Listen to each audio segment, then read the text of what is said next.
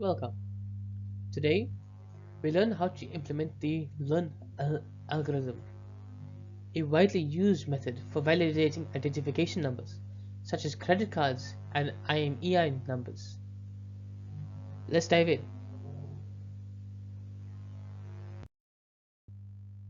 The Luhn algorithm works by manipulating and summing the digits of a number, and then checking the divisibility by 10. If it passes, the number is valid. This is used in financial and telecommunication industries. This function breaks the number into individual digits, reverses them, applies the Luhn transformations, and checks if the final sum is divisible by 10. If it is valid, the number is valid.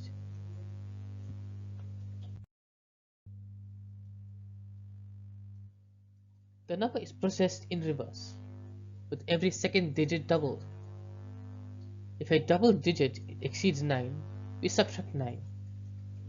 The total sum is then checked for divisibility by 10.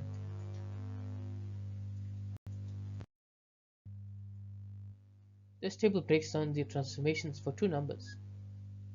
The first passes validation, while the second fails since the sum is not a multiple of 10.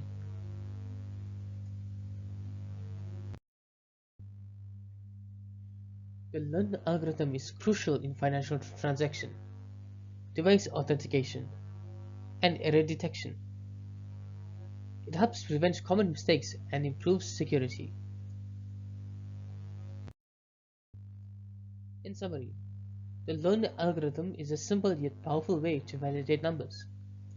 It plays a vital role in securing financial and identification systems. Thank you for following along. Thank you for watching. If you enjoyed this video, please make sure to like, share and subscribe for more JavaScript tutorials. I'll see you in the next one.